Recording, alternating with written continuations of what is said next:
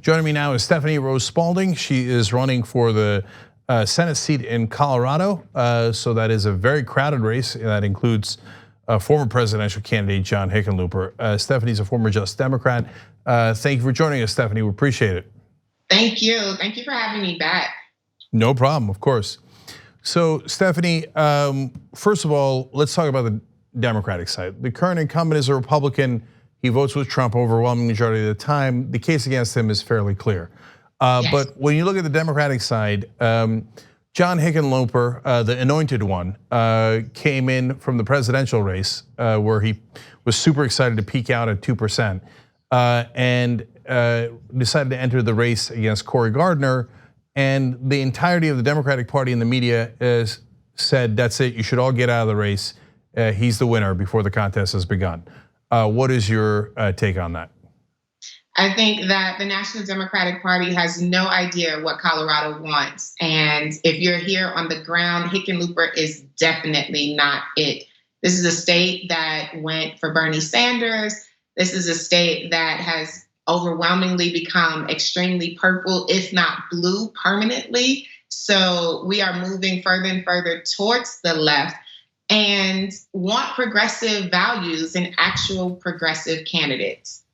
So they say though, hey, listen, Hickenlooper has the best chance of winning. So what's your answer to that? A potato could beat Cory Gardner right now. All of the polls say that a generic Democrat could actually win against Cory Gardner. The issue is that the Democratic Party does not want to fund and finance. So this is a battle between Democrats and what it means to actually be progressive. So Hickenlooper, when he's not calling progressives Stalinists, would claim that he is progressive. So what is your argument against Hickenlooper from a progressive perspective? So when you have an individual tell their constituency that yes, they would drink fracking fluid, that is not a progressive candidate. We have just given over as a state under his leadership to oil and gas, and Coloradans are so upset. There are communities that have been impacted by fracking and just poor environmental policies throughout our state that we're not going to stand for it again. We are not going to give him 6 more years. When you talk about Medicare for everyone, again, we are in a position where under his leadership, we have not been able to cover all Coloradans. And the reality is we want federal Medicare for all. Yeah, and he is against those positions. And by the way, the generic Democrat beats Cory Gardner by 10 points. So it's not really close in Colorado. So Stephany's 100% right about that. But it's not just the national Democrats like Chuck Schumer are worried about winning that race. They also want someone who is not progressive. So Hickenlooper has said no to Medicare for all, no to Green New Deal. He's not gonna vote for those. If you don't know, what Stephany was referring to is he drank fracking fluid when he was the governor of Colorado to prove how awesome fracking is. And so Stephany, I know that he took about $250,000 from the oil and gas industry. Did he wind up doing anything while he was governor that helped the oil and gas industry? Absolutely. Permits, again, continue to be given to oil and gas industry ad nauseum here in Colorado. And not just that, but not protecting enough of our public lands, not making sure that our water systems across the state are drinkable and safe for communities right here in Fountain, Colorado. They've been dealing with an issue with the EPA and the safety of their water from PFAS here in Southern Colorado. So we've had a lot of issues around environmental protections throughout this state. And right now, we know that we are beyond out of time. So Stephany, Hickenlooper is a very conservative Democrat. We get that. Cory Gardner votes with Donald Trump overwhelming majority of the time. We get that, okay. So, but there are still good progressives that are in the race against Hickenlooper. So of those folks, why should it be you? Because it's not just about environment, and the individuals who are proclaiming themselves to be progressive actually have voting records that don't demonstrate that as much. And right now, again, we cannot afford for incrementalism. We need someone who, under pressure, has demonstrated that they hold these values to the core of their being, to the core of their existence. And that's who I am as a person. It's who I've been as a professor, as a pastor, very passionate about social justice work and doing work in the community. That has been my life for the last 20 years. So how would you convince folks that you could beat, forget Gardner, I think anyone could beat Gardner, but how do you convince folks that you have got enough strength in terms of any metric you want, dollars, volunteers, it doesn't matter, to beat Hickenlooper, that you're the progressive to beat Hickenlooper? In 2018, I ran for the US House here in the 5th Congressional District. And it is one of the reddest, hardest lifts of the state.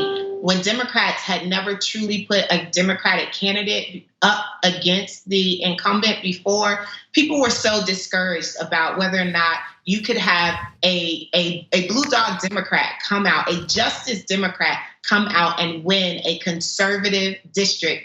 We earned 126,000 votes. And that was because we were able to build coalition while maintaining a very progressive platform in the reddest part of the state. So you had Democrats, independents, and Republicans supporting me as a candidate.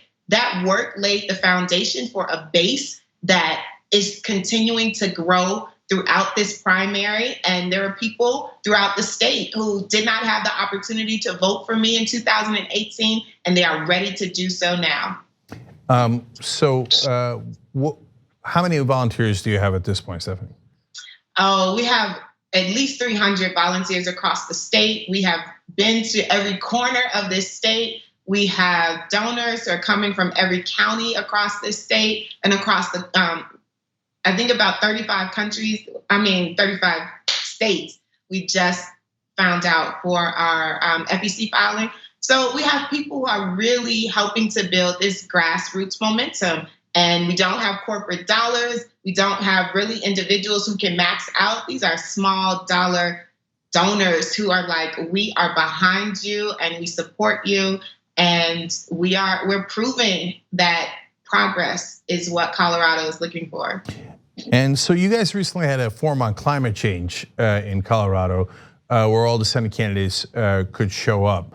So did they all show up?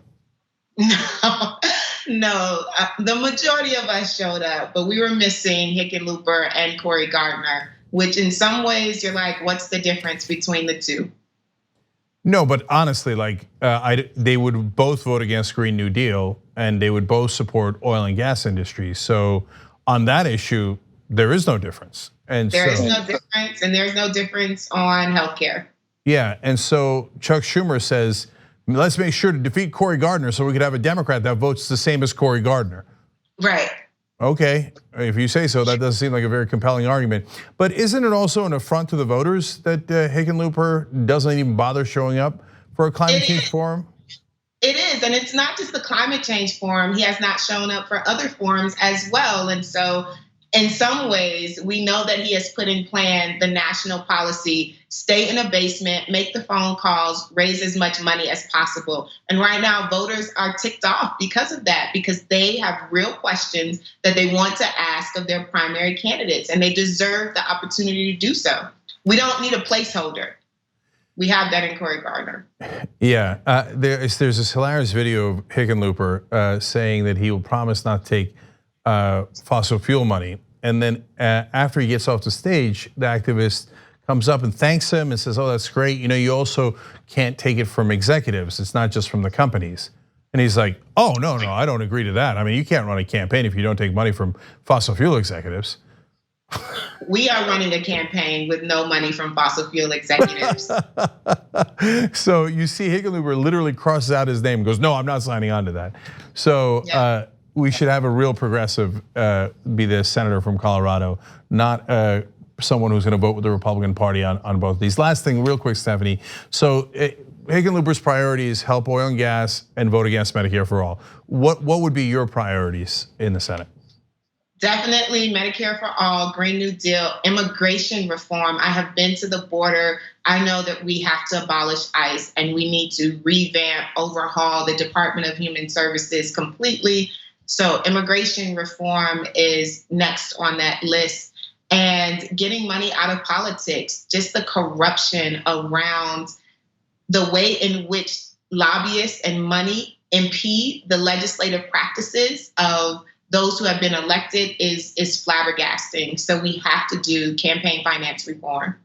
All right, the website is Stephany for co.com, as in Colorado, Stephany for co.com.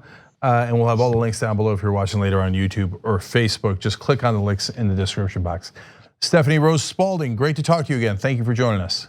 Likewise, and thank you. 2 easy ways to follow the Young Turks. One is hit the subscribe button down below. Then you're a TYT subscriber. And second is ring the bell. And when you do that on YouTube, you're notified of our videos.